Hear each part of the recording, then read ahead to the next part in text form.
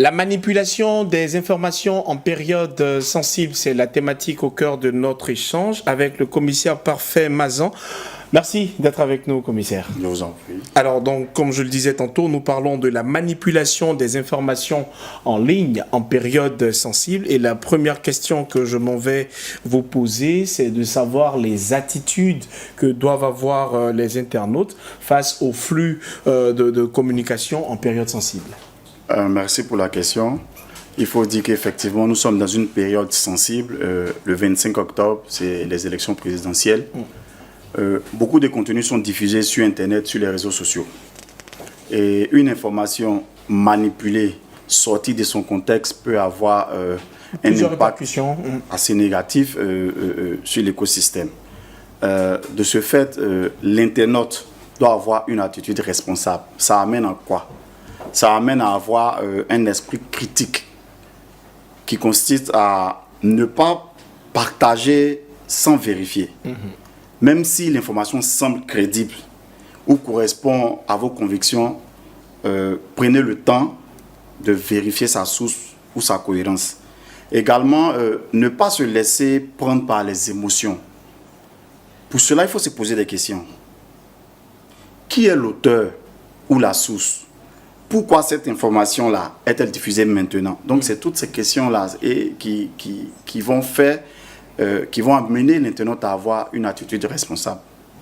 Alors, c'est bien que vous parlez de responsabilité. Finalement, comment est-ce qu'un internaute lambda fait pour distinguer la bonne information de la fausse information? C'est simple. Il faut adopter quelques réflexes qui permettent de distinguer une information fiable d'une fausse information. En gros, il faut faire du fact-checking. Cela consiste à quoi?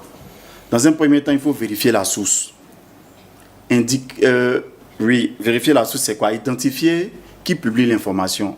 Est-ce un média connu ou une institution officielle ou voilà, un site officiel? Un média connu comme cette info? On peut le dire. Également, lire au-delà du titre. Lire au-delà du titre veut dire quoi? Lire l'article en entier, parce que généralement, on se réfère au titre sans avoir lu le contenu. Il faut aussi recouper l'information avec d'autres sources. D'autres sources parce que quand une information, elle n'est pas manipulée, elle est vraie, elle est diffusée par des médias, comme je le disais tantôt, reconnus et des sites officiels. Mais enfin, il faut réfléchir avant de partager. Avant de partager, c'est quoi? C'est se poser une question simple. Si je partage une information et qu'elle est fausse, qu'est-ce que cela peut entraîner? À qui cela peut nuire? Donc voici un peu quelques pratiques qu'on peut utiliser pour pouvoir vérifier une information, la distinguer de la fausse. Est-ce que si un internaute partage une information fausse, il pourrait avoir des sanctions? Oui. Oui, parce que partager une fausse information peut engager la responsabilité pénale. Même si ce n'est pas vous qui l'avez créé. D'accord. Le plus important, c'est le contenu de l'information. Et aujourd'hui, on a l'article 65 de la loi 2013-451 sur la cybercriminalité qui sanctionne cela. On a également l'article 372 du Code pénal qui sanctionne ce genre de pratiques. La diffusion de fausses informations, la manipulation d'informations. Et ça peut ressembler à quoi les sanctions? Ce sont des peines de prison et des amendes.